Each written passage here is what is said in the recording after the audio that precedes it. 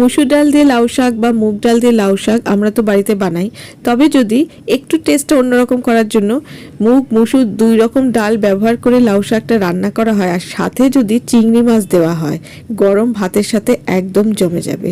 নমস্কার বন্ধুরা, তোমাদের সকলকে রুমির হেসেল ঘরে স্বাগত জানাই। আমি রুমি। আজ আমি বানাবো মুগ মুসুর ডাল লাউ শাক ও চিংড়ি মাছ দিয়ে। খেতে কিন্তু অসাধারণ হয়, পুরো এক থালা ভাত নিমেষেই খাওয়া হয়ে যাবে। যারা লাউ শাক খেতে পছন্দ করে না, এইভাবে যদি ডালটা লাউ শাক ও চিংড়ি মাছ দিয়ে বানিয়ে দাও, তারা কিন্তু চেটে পুটে খেয়ে নেবে। তাহলে চলো আর বেশি দেরি না করে রেসিপিটা শুরু করা যাক। এই ডালটা বানানোর জন্য একটা বাটির মধ্যে জল নিয়ে নিয়েছি, তার মধ্যে দিয়ে দিলাম হাফ কাপ মুগ ডাল আর দিয়ে দিলাম হাফ কাপের থেকে একটু কম মুসুর ডাল। আর এই মুগ ডালটা আমি আগে থেকে ভাজিনি, এটা কাঁচা মুগ ডালই রান্না করব। এবার 2-3 বার জল পাল্টে পাল্টে ডালটাকে ভালো করে ধুয়ে নিতে হবে। ডাল আমার ভালো করে ধোয়া হয়ে গেছে। এবার মুগ মুসুর ডাল একসাথে ভালো করে সেদ্ধ করে নিতে হবে। কড়াইতে আমি এখানে গরম জল বসিয়ে দিয়েছিলাম। জলটা ফুটে গেলে ঢাকাটা খুলে এই 2 রকম ডাল যে আগে থেকে ধুয়ে রেখেছিলাম কড়াইয়ের মধ্যে দিয়ে দিলাম। ডালটাকে এবার সেদ্ধ করে নেব। এবার ডালের মধ্যে দিয়ে দিলাম পেঁয়াজ কুচো। আমি এখানে একটা মিডিয়াম সাইজের পেঁয়াজ ব্যবহার করেছি। আর দিয়ে দিলাম 3-4টে রসুনের কোয়া আর 2টো কাঁচা লঙ্কা চিড়ে। আর দিয়ে দিলাম স্বাদ মতো নুন, অল্প একটু হলুদ গুঁড়ো দিয়ে দিলাম।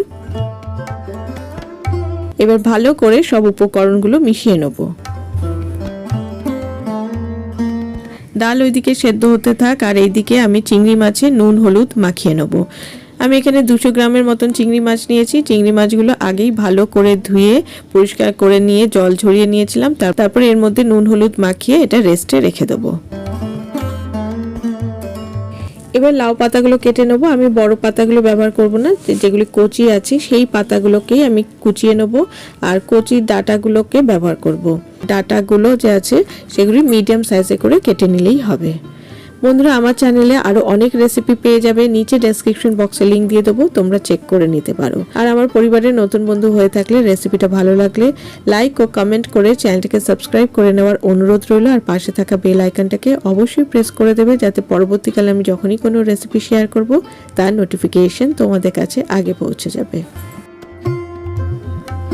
লাউ শাক কাটা হয়ে গেছে, এবারে দেখে নিই ডাল সেদ্ধ হয়েছে কিনা।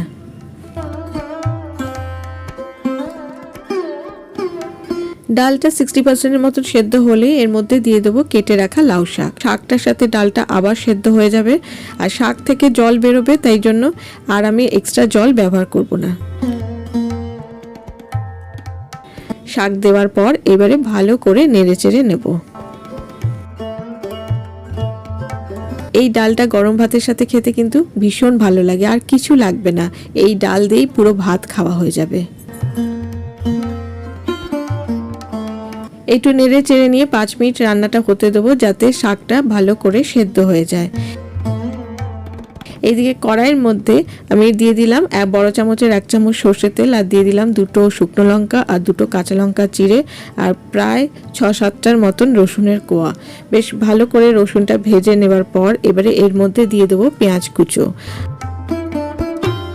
আমি এখানে একটা মিডিয়াম সাইজের পেঁয়াজ ব্যবহার করেছি। পেঁয়াজটাকেও বেশ লাল লাল করে ভেজে নিতে হবে। পেঁয়াজটা লাল লাল করে ভেজে নেওয়া হয়ে গেছে। এবারে এর মধ্যে দিয়ে দিচ্ছি নুন হলুদ মাখানো চিংড়ি মাছগুলো। চিংড়ি মাছটা আগে ভাজিনি, এবার পেঁয়াজের সাথে নেড়ে চেড়ে চিংড়ি মাছটা ভেজে নেব। তবে চিংড়ি মাছ খুব বেশি ভাজার দরকার নেই, এই মিনিট খানেক ভেজে নিলেই হবে। আমি যে সাইজের চিংড়ি মাছ ব্যবহার করেছি, তোমরা চাইলে এর থেকে ছোট চিংড়ি মাছও এই রান্নায় দিতে পারো।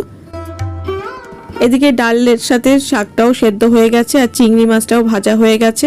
এবারে ওই ভেজে রাখা চিংড়ি মাছটা ডালের মধ্যে দিয়ে দেবো।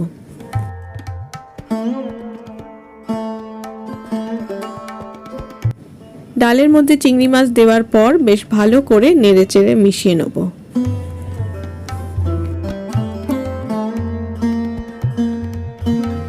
ভালো করে মিশিয়ে নিয়ে এবারে এর মধ্যে দিয়ে দেবো স্বাদ মতো নুন। নুনটা দিয়ে আবারও মিশিয়ে নেব ডালের সাথে। সবকিছু ভালো করে মিশিয়ে নেওয়ার পর এবার 2 মিনিট ডালটা ফুটিয়ে নেব।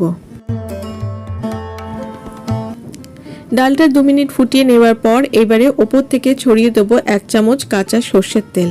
ব্যাস, তারপরে একটা ঢাকা চাপা দিয়ে ফ্লেমটা অফ করে 2 মিনিট স্ট্যান্ডিং টাইমে রেখে দেবো। 2 মিনিট স্ট্যান্ডিং টাইমে রাখার পর একটা সার্ভিং বোলের মধ্যে আমি সার্ভ করে নিলাম। ব্যাস, তৈরি হয়ে গেল আজকের রেসিপি মুগ মসুর ডাল, লাউ পাতা ও চিংড়ি মাছ দিয়ে। এটা গরম ভাতের সাথে খেতে কিন্তু দারুণ লাগে, পুরো এক থালা ভাত নিমেষেই খাওয়া হয়ে যাবে। তো তোমাদের কেমন লাগলো আজকের এই রেসিপিটা আমাকে অবশ্যই লাইক ও কমেন্ট করে জানিও। ভালো লাগলে শেয়ার করার অনুরোধ রইল। আর বাড়িতে একবার এই 2 রকম ডাল দিয়ে এই রেসিপিটা বানিও, আশা করি সকলেরই ভালো লাগবে। একঘেয়েমি ডাল তো রোজ খাওয়া হয়, তো এটা একটু অন্যরকম, আর সাথে পড়বে লাউ পাতা ও চিংড়ি মাছ, দারুণ সুস্বাদু হয় খেতে। তাহলে আর কি, আজকে এই পর্যন্ত। আমার পরিবারের নতুন বন্ধু হয়ে থাকলে লাইক ও কমেন্ট করে চ্যানেলটাকে সাবস্ক্রাইব করে নেওয়ার অনুরোধ রইল। আর পাশে থাকা বেল আইকনটাকে অবশ্যই প্রেস করে দেবে, যাতে পরবর্তীকালে আমি যখনই কোনো রেসিপি শেয়ার করব তার নোটিফিকেশন তোমাদের কাছে আগে পৌঁছে যাবে। আর আমার পুরনো বন্ধুদের জন্য রইল অনেক ভালোবাসা আমার পাশে থাকার জন্য। ব্যাস, আজকে এই পর্যন্ত। আমি আবারও হাজির হয়ে যাব আমার হেসেল ঘরের খবর নিয়ে। তোমরা সবাই ভালো থেকো, সুস্থ থেকো। টাটা।